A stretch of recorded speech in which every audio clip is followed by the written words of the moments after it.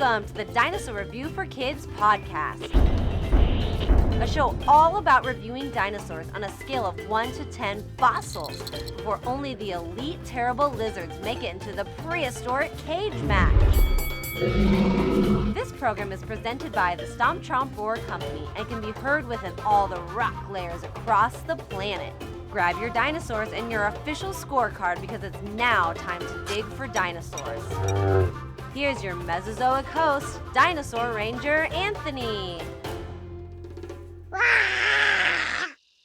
Aloha and hello all my junior paleontologists. Are you ready for a prehistoric luau? Then grab your flower leis and your dinosaur toys because we're headed to the state of Hawaii for a tropical good time. As always, this is your Jimmy Buffett-like host, Dinosaur Ranger Anthony. And welcome back to the Dinosaur Review for Kids podcast, Tiki Land style. Now today's episode is our final stop as part of our season number 7 prehistoric road trip across America. We've been all over the place over the last 9 amazing episodes. I just can't believe how fast this year's gone by. Maybe even faster than today's tropical genus. But before we fly into paradise for today's review, I have a special guest who's going to join us in the Science Lab studio. And here's a little hint. There's only one person in the entire world that I would never leave behind on a tropical getaway.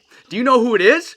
No, it's not Owen Grady. It's my beautiful wife, Dinosaur Ranger Elise. And come on over, Elise, and join us in the Science Lab studio for a place at the table since day one-ish. Isn't that right? We love all kinds of wrestling. And isn't she beautiful, wearing her dinosaur dress, her pteranodon necklace, and a beautiful flower lei? Now, welcome to the podcast, Elise. This is your podcast debut, and are you excited?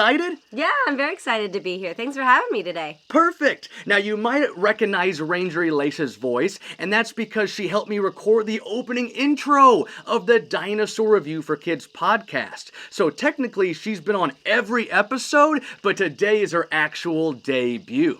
But hey, everybody wants to know, what is your favorite prehistoric creature? My favorite prehistoric creature is the pteranodon. The pteranodon, that flying pterodactyloid.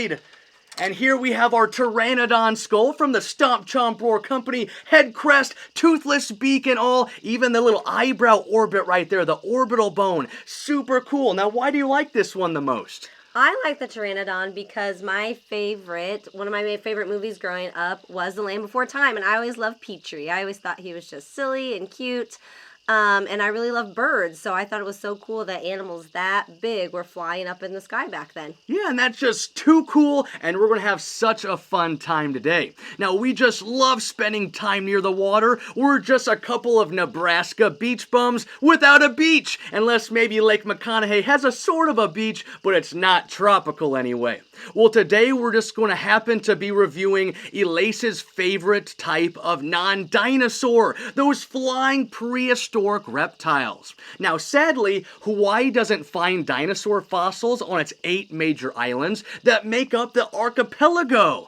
An archipelago is a group or a chain of islands. That's right, and Hawaii, the state of Hawaii, has tons of islands. Now, there's 8 major islands, but I read there's just a crazy amount of all these little connecting islands as well. Now, the reason Hawaii does not find any dinosaur fossils is because the volcanic islands, they didn't surface beneath the Pacific Ocean until after the dinosaurs went extinct. The Hawaiian Islands are only about 1 to 5 million years old. And as we know it, the dinosaurs went extinct 66 to 65 million years ago. Yeah, from the asteroid strike. That's right. So for today, I found us another awesome pterosaur that happens to be just a little further over the Pacific Ocean and on the continent of Asia.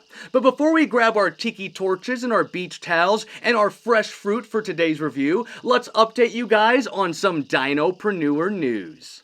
Well, everybody, my wild summer schedule is just 2 weeks away, and I'm just a little over 95% booked. Solid. It's just totally crazy, and it's just so amazing all the support and business that I've received this year. Hopefully, I'll be able to see my kids and my wife this summer. Elise, what are you looking most forward to this year? I always love going out to Lake McConaughey in western Nebraska. My grandma has a cabin there, so we like going there. And building all kinds of sand castles, relaxing on the beach, even riding out on those jet skis. It's always a great time. Now, sadly, everybody, I've got some bad news, as Bad News Barrett would say. Today's review will be my last podcast review until the end of August. My June and July are just so packed that I won't have enough time to prepare and record and edit each podcast. But don't worry, I promise I'll return, and with a volcano-like bang. And maybe I'll even make a few updates as we lead into season number 8. But don't be too sad, because after today, we'll know the dinosaurs who will face off in our next prehistoric cage match. Those episodes are always so much fun to listen to. They totally are, and I can't believe it's already time for our next dinosaur battle. Now, even though the Dinosaur Review for Kids podcast will be taking a small break over the summertime, the Stomp Chomp Roar Patreon Club will not. So become a member of the Patreon Club and enjoy 2 virtual lessons. I post the monthly calendar on the 1st of every month, and then I send out the Zoom links 2 days before each lesson. Now, normally all my lessons are on Sundays at 1 p.m. Central Standard Time, but I might need to shift my schedule around a little bit over the summertime. What lessons are you doing this summer? That's a good question. What are all my virtual lessons I'm doing this summer? Well, in June, you'll find more about dinosaurs of the tropics, and then we'll be doing a Land Before Time movie watch party. You totally have to come that one and see Littlefoot and all of his friends. And don't forget Petrie. Of course! And what about Little Ducky? That one's super cute too. Now what about Sarah? No one really liked Sarah when she was being super mean, huh? And don't forget about Spot, right? Our Stegosaurus? Yeah. Is it Spot? Spike. It's Spike, that's right. Now in July, we have Camp Stomp Chomp Roar, which is our summer camp, and then we're doing a lesson on prehistoric pirates and those ancient sea creatures, like the Mosasaurus, Ichthyosaurus, Plesiosaurus, maybe even an Archelon. Then in August, we'll do a lesson called Geological Nebraska, where you'll learn more about prehistoric life of Nebraska, where Ranger and Elise and I live. Then we'll be doing a craft lesson and learning how to make our own dinosaur sack puppets. Now you guys, let's give out some shout outs or some mahalos before today's dynamite review. Mahalo to Nyhart Elementary School. We went and visited them last Wednesday, and these kids totally knew how to roar. We had a dynamite prehistoric pep rally. Nyhart Elementary is actually part of Miller Public Schools, which is where I teach for as well. Over at Hitchcock. Yeah. We just have so much fun in Millard Public Schools. Now, mahalo to Bennington Elementary School. I went up there last Friday, did another prehistoric pep rally, and these kids were dynamite. We just had so much fun. I just really love the prehistoric pep rally so much because they're jam-packed with so much about paleontology, fossils, dinosaurs, extinction, ice age creatures, and so much more. Now, mahalo and a happy 7th birthday to junior paleontologist David. I had a dynamite private virtual lesson with him last Thursday, and I hope he had tons of fun down at SeaWorld in San Antonio for his birthday last weekend. Now, mahalo and a happy 5th birthday to Arthur. I visited his birthday party on Saturday, and we just had a T-Rex-ific Jurassic period birthday party. It was so much fun meeting him and his family. We just had such an amazing day, and thank you so much for inviting me. Now, mahalo to Billy Currington and Kenny Chesney. Now, I actually never really met these guys. Well, technically, I did fist bump with Billy Currington. We went to 2 concerts over the weekend. Billy Currington on Friday, Kenny Chesney on Saturday, and just had a dynamite time. Which one did you like a little bit better? Oh, I loved them both, but Billy was super cool because we were in the front row. We were right up there. We got to see everything. Ranger Anthony got to fist bump him. He signed an autograph for us. But Kenny had so much energy and was just commanding the stage. So it was both were great shows. He was wild, running around like a T-Rex for sure. And I wonder what their favorite dinosaurs would be. I would really like to find out.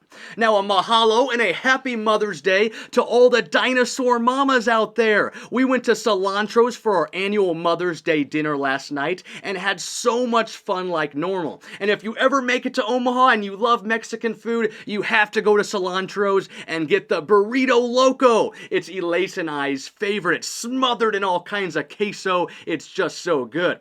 Now, a mahalo to Ranger Elise right here. Thank you so much for joining me for today. She's a wonderful mother to our little girls, and we just have so much fun here at home. Now, you guys, let's light our tiki torches and grab our beach towels. And don't forget about some fresh fruit. We love pineapple, especially on pizza. And it's time to enjoy a beautiful Hawaiian sunset on the beach. And wouldn't it be just so nice to go back to the beach somewhere? Oh yeah, Jamaica, Bahamas, I'm here for it all. I totally love it, and here in April 2024, we're going to the Bahamas, baby, on our Disney cruise. Well, until then, let's close our eyes and dream about a tropical oasis. Are you ready? Let's start this review. Here we go, my junior tiki kids. We're back for another dynamite review. And today we're not technically talking about a dinosaur, but a prehistoric flying reptile called the Sinopterus. The Sinopterus. Now remember from a past episode, I told you how there's kind of a couple different ways how you can say many dinosaur or prehistoric creature names. Well, this one I've actually seen a couple different ways too. I like to say the Sinopterus, but I've also seen the Sinopterus. Sinopterus, Sinopterus, but for today, we're going with the Sinopterus. The Sinopterus, and what does this name mean? It means Chinese winged. The Chinese winged is our Sinopterus for today's review. Now, the dinosaur order, or prehistoric animal order, the type for the Sinopterus is a pterosaur. Those are the prehistoric flying reptiles of the Mesozoic era, the middle life, the age of reptiles. Then it falls into the pterodactyloid subgroup. So a pterosaur, then a pterodactyloid. Now, the pterodactyloids are the winged fingered pterosaurs, before it falls into the family called the tapahorids. So it's a pterosaur, a pterodactyloid, and then a tapahorid.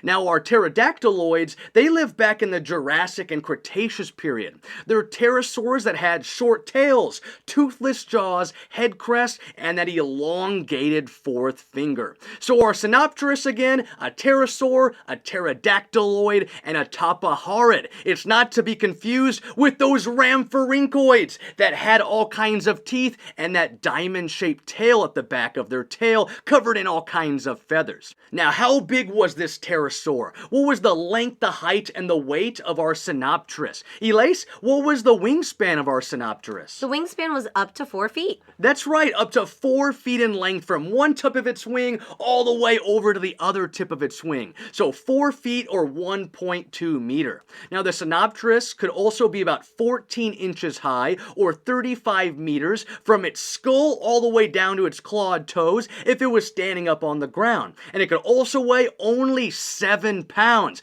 And that's pretty lightweight. It's really, really small, not to be confused with like a pterodactyloid or pteranodon, which is Ranger Elise's favorite. And pteranodon had a 25-foot wingspan, where our Sinopterus only a 4-foot wingspan. So it's similar to our pteranodon, but much smaller, kind of toucan-like in size. Now, how fast was this prehistoric creature? How quick was our Sinopterus flying? Now, I've seen studies from a tapahorid, the tapahera, that one maybe 18 miles per hour, which I felt was a little bit inaccurate, because that's pretty slow, right? Yeah, I would agree. 18 miles per hour for a tapahorid or Sinopterus, I thought that was pretty slow when I found that online. So I looked at the toucan, which is similar in size, and that one's flying about 40 miles per hour. So I'm assuming our Sinopterus is going to get maybe around 40 miles per hour as it's up there flapping its wings. Now,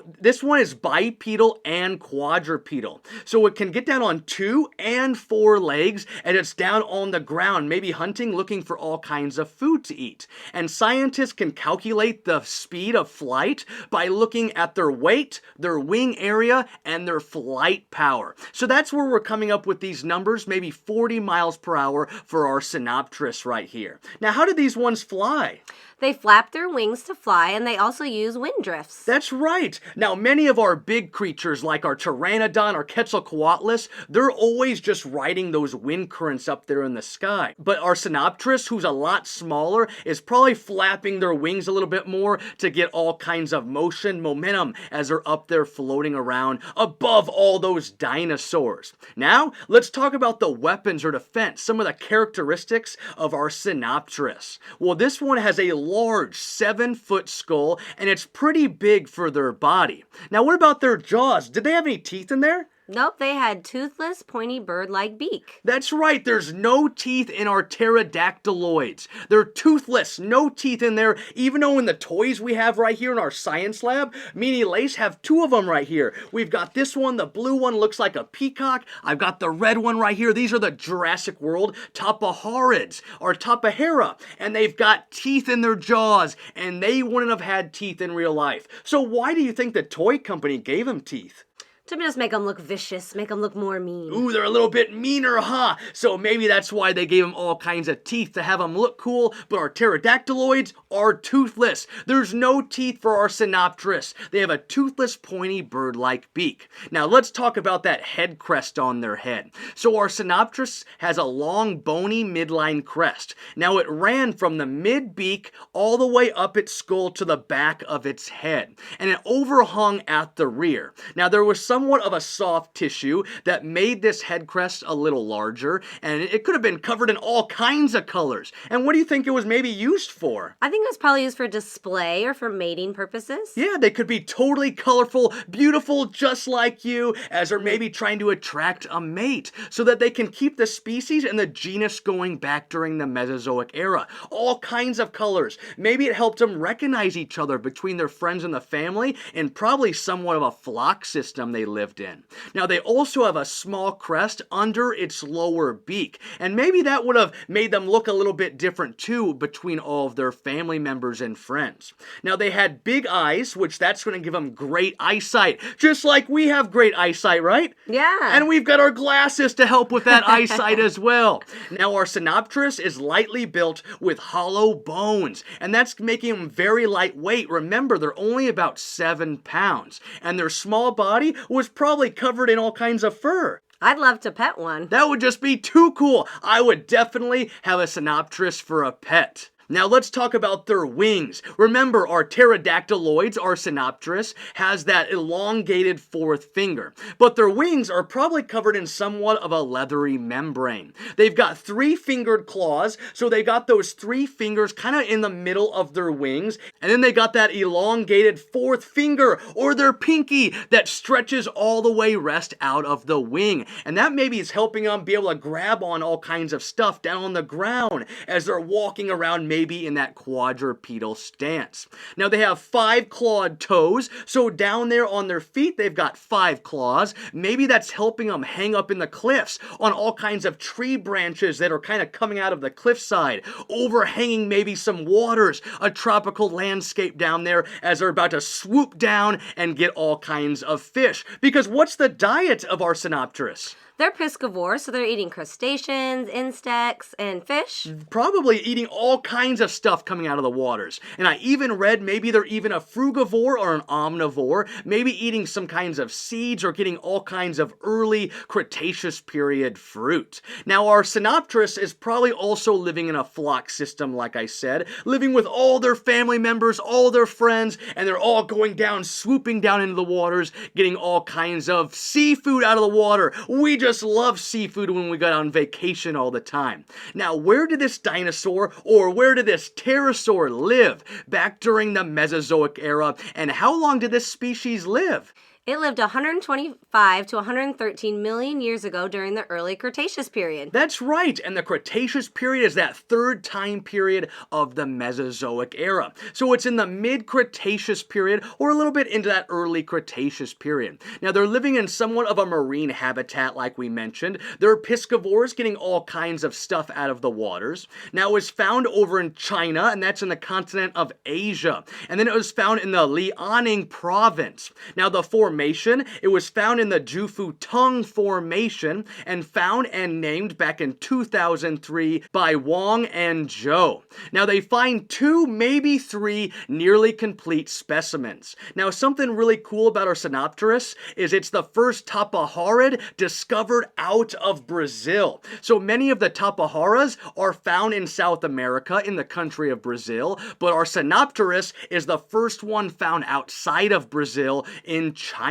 Now it's also the earliest and most complete of those tapahaurids. Well, you guys, it is time to give a fossil score. Elise is about to give her first fossil score for a dinosaur, or maybe just a prehistoric flying reptile, on the Dinosaur Review for Kids podcast. Now remember, this one, only 4-foot wingspan, only 14 inches from its skull to its toes, only 7 pounds. Now it's flying probably around 40 miles per hour, a large 7-inch skull with a toothless pointy bird-like beak. Now they have that long bony midline crest that goes over its head from its mid of its beak all the way to the back of its skull, probably covered in soft tissue, all for display. It looked beautiful. They've got big eyes, great eyesight, that elongated 4th finger, their 3-fingered claws, 5 claws on its toes, a short tail, and they probably lived in flocks back during the early Cretaceous period. Now remember, 1 fossil for some of the weakest, or 10 fossils for some of the strongest dinosaurs, or those prehistoric flying reptiles. Now I believe I gave a 6.9 to the pteranodon, Elise's favorite prehistoric creature, all the way back in an earlier season. Now we know since our Sinopterus is only a 4-foot wingspan, it's going to be a lot smaller down the list than our pteranodon. So I knew I had to put it quite a bit down into the fossil record. Well, you guys, I also want to give tribute to Dinosaur Ranger Elise and I's birthday, which mine is August 29th, Elise's is September 29th, and when I knew I wanted to put the Sinopterus down towards underneath a 3.0, I decided at the end of the day, let's grab the keyboard here, we're going to give our Sinopterus a 2.9. A 2.9 for the Chinese wing Sinopterus. Totally awesome. It's still really cool. I would love to see a flock of them. That displayed head crest on its head just had to look beautiful back during those tropical regions of the Mesozoic era. So everybody, a 2.9 for our Sinopterus on the Dinosaur Review for Kids podcast. Now, wasn't that the greatest prehistoric luau you've ever been to? Definitely the best I've ever been to. Did everyone get some fresh fruit from that Sinopterus? What did you think? Was a 2.9 a good enough score for this prehistoric flying reptile? I mean, as a pterosaur, I would have loved to given it a 10, but after we learned all these facts, 2.9 is definitely a good score. And it would have just looked so majestic flying over the island of Hawaii, over all those palm trees, the volcanoes, and all kinds of tropical flowers. I just love all those tropical flowers, from the birds of paradise, the anthuriums, the maraca ginger, the calla lilies, and those orchids. They're just totally dynamite.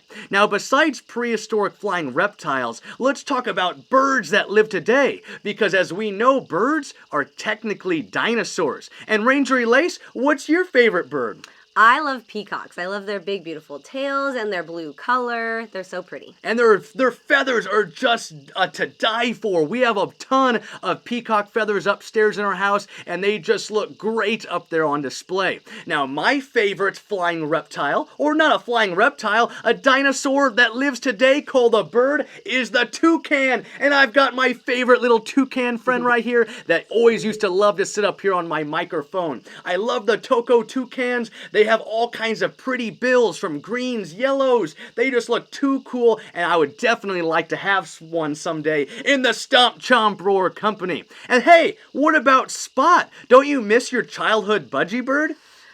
Not too much. I had a parakeet, a budgie, when I was younger that was green, but he was not very nice. Anytime you tried to feed him, he would just bite your hand. Oh man, that beak, that toothless beak, always trying to bite at your fingers. Well, you don't bite the kid that feeds you. Now, have any of my listeners been to Hawaii before? Elise and I, we almost went last year for our 10-year wedding anniversary, but we decided to go to Jamaica instead. Jamaica, man! And we just had so much fun down there at Sandals in Montego Bay. Don't you miss it? Oh yeah, I'd go back tomorrow. And I can't wait for our Bahamas vacation here in 11 months on our Disney cruise on the Disney Wish. It's just gonna be so majestic, so beautiful. But hey, for anyone who's planning a trip to Hawaii, you have to add the Kualua Ranch to your itinerary because this is where they film many of the scenes from Jurassic Park and Jurassic World. And it would just have been so much fun to visit, and it's definitely on my bucket list for sure. Wouldn't you like to go to Jurassic Park? That would be pretty cool. That's just too wild for sure.